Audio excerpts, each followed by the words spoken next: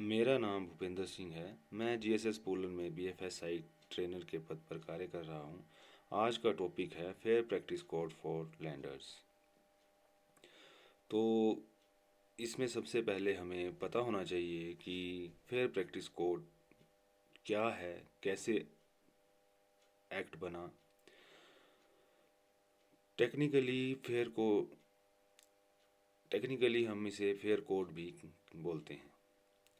जब इंडिया में private bank आए तो बहुत सी शिकायतें आने लगी कि बैंक वाले धमका रहे हैं, गाड़ियां उठा ले जा रहे हैं। तभी आरबीआई को लगा कि हमें कुछ करना चाहिए। तभी उन्होंने कस्टमर को देखते हुए शर्तें अर्थात कोड बनाए। जब से सरफेसी एक्ट आया तो बैंक को पावर मिली और वो लोगों की गाड़ियां कब्जे में आने लगी। तो लोगों ने क्या किया कि गवर्नमेंट ऑफ इंडिया से अपील की, बट गवर्नमेंट ऑफ इंडिया ने इसको रिजेक्ट कर दिया और आरबीआई से कहा कि टू लोग कि इस मामले को देखो। आरबीआई ने क्या किया कि बैंकों के साथ मिलकर कुछ कोड फाइनलाइज किए। उन कोड को हम fair practice code for landers कहते हैं। इसमें जो गाइडलाइंस जारी की गई वो पांच स्टेप हैं। पहला स्टेप है एप्लीकेशन एंड प्रोसेसिंग, और दूसरा है appraisal and terms and condition, तीसरा है डिसबर्समेंट, और चौथा है पोस्ट डिसबर्समेंट, और पांचवा है जनरल्स। ये जो स्टेप है इनमें जो भी लैंडर्स हैं जिन्होंने भी लोन अप्लाई किया है या लेना है या लिया है, तो जो भी शर्तें हैं वो सब इसमें दी गई हैं। तो पहला हमारा पॉइंट है एप्लीकेशन एंड प्रोसेसिंग। इसमें जो है हमें इंक्लूड फीस चार्जेस, जो भी बैंक को हैं वो पहले से फीस के जो भी फीस लगेगी, लोन के प्रोसेसिंग फीस हो चाहे कोई भी फीस हो, तो वो बैंक को बताना पड़ेगा कस्टमर को। Refundable non acceptance of application form, अगर मान लो किसी का लोन एक्सेप्ट नहीं किया जाता, एप्लीकेशन फॉर्म एक्सेप्ट नहीं की जाती है, तो उसका जो भी चार्जेस हैं वो उसको बैंक को रिफंड करने पड़ेंगे। उसके बाद है rejection in writing up to 2 lakh. अगर 2 लाख से ऊपर किसी का लोन रिजेक्ट होता है तो बैंक को रिटर्न में देना होगा कि हाँ इसका लोन क्यों रिजेक्ट किया गया। उसके बाद है इन्फॉर्म डिसीजन टू बोरर। तो इसमें आता है कि जो भी डिसीजन बैंक के द्वारा है कि उसको लोन मिलेगा या नहीं मिलेगा, तो वो बैंक को इन्फॉर्म करना पड़ेगा।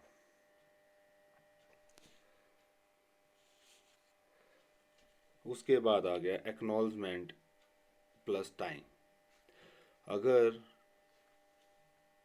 बैंक से उनको लोन प्राप्त हो जाता है, सॉरी, बैंक से जो लोन प्राप्त होता है उसकी एक्नॉलेजमेंट और प्लस टाइम ही आएगा कि बैंक वालों को बताना पड़ेगा कि आपका लोन कितने समय में हो जाएगा। ये नहीं कि 1 महीना लग गया, 2 महीने लग गए, और 1 लाख का लोन लेना है या 4 लाख का लेना है।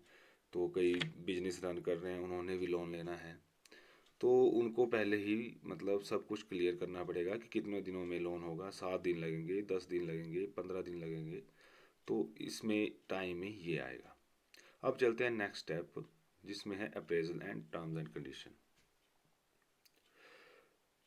वो बैंक इसमें आ गया कि पहला आ गया प्रॉपरली अप्रेजल, कि जो भी है फेयर होना चाहिए, किसी के साथ कोई भेदभाव नहीं होना चाहिए। और मार्जिन एंड सिक्योरिटी, अब जैसे गाड़ियां जो लेते हैं उसमें तो मार्जिन मनी वगैरह देते हैं, लेकिन कई बार लोन लेना हो तो उसके लिए कोई भी मार्जिन मनी नहीं देनी पड़ेगी।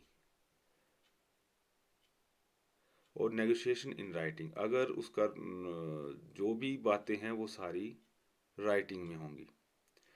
और कॉपी ऑफ एग्रीमेंट गिवन, जो भी एग्रीमेंट की कॉपी होगी, जो भी रिटर्न के बारे में कि 4 साल के लिए लोन बना है या 3 साल के लिए बना है, इतना लोन लिया है, और जो भी उसका एग्रीमेंट होगा बैंक के साथ वो कॉपी जो है कस्टमर को देनी पड़ेगी।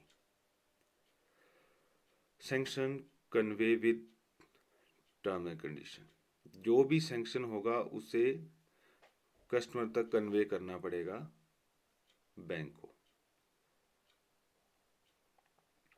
इसके बाद थर्ड स्टेप आ गया डिसबर्समेंट। अब डिसबर्समेंट में है टाइमली।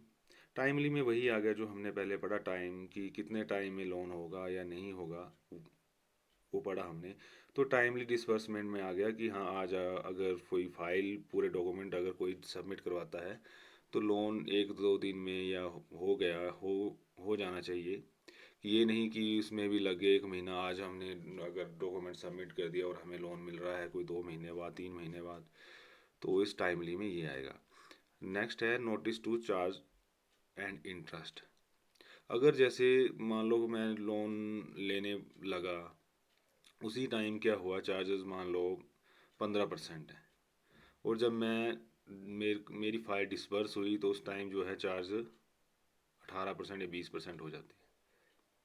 तो बैंक को ये मुझे इन्फॉर्म करना पड़ेगा कि हाँ ये चार्ज बड़े हैं या इंटरेस्ट रेट इतना पड़ेगा, तो उसके बारे में इन्फॉर्म करना पड़ेगा।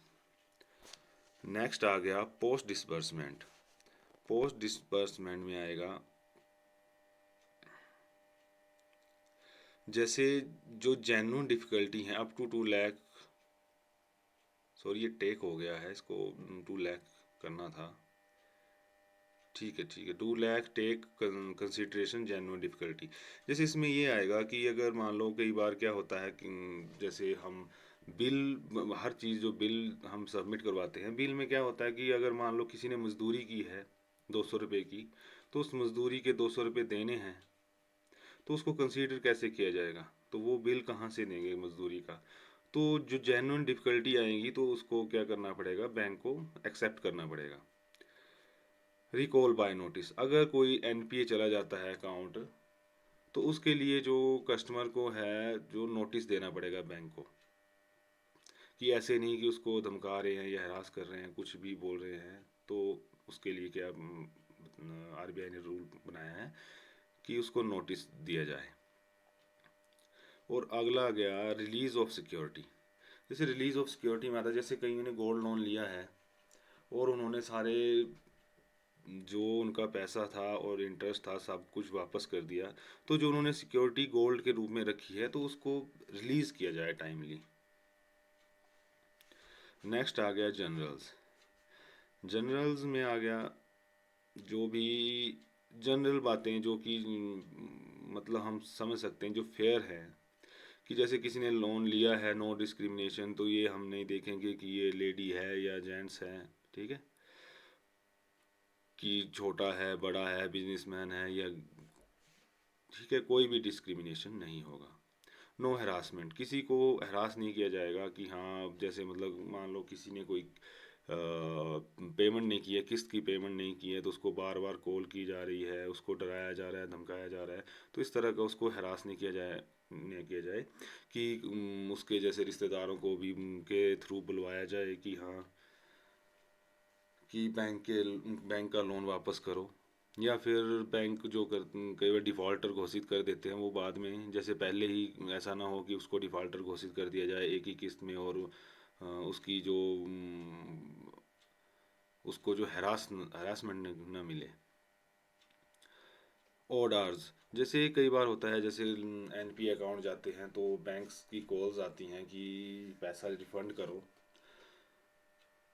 तो उनकी कॉल जो है 7 to 7 होनी चाहिए, मतलब सुबह के 7 बजे से पहले कोई कॉल नहीं आनी चाहिए और रात के 7 बजे के बाद कोई कॉल नहीं आनी चाहिए कस्टमर को। थ्रेट, किसी तरह से धमकाया ना जाए कि हाँ हम ये कर देंगे, हम वो कर देंगे, ये कर देंगे, ठीक है। टेक ओवर जो है इसमें आता है कि अगर कस्टमर के पास और भी अकाउंट हैं मान लो, तो उनको जिस बैंक से लोन लिया है वो बैंक जो है उस अकाउंट को टेक ओवर करते हैं, तो वो 21 दिन में, तो वो भी नोटिस वगैरह देना पड़ता है उनको कि हम कर रहे हैं टेक ओवर। तो आज का टॉपिक यही उम्मीद करता हूँ कि आपको अच्छी तरह से समझ आया है। Thank you.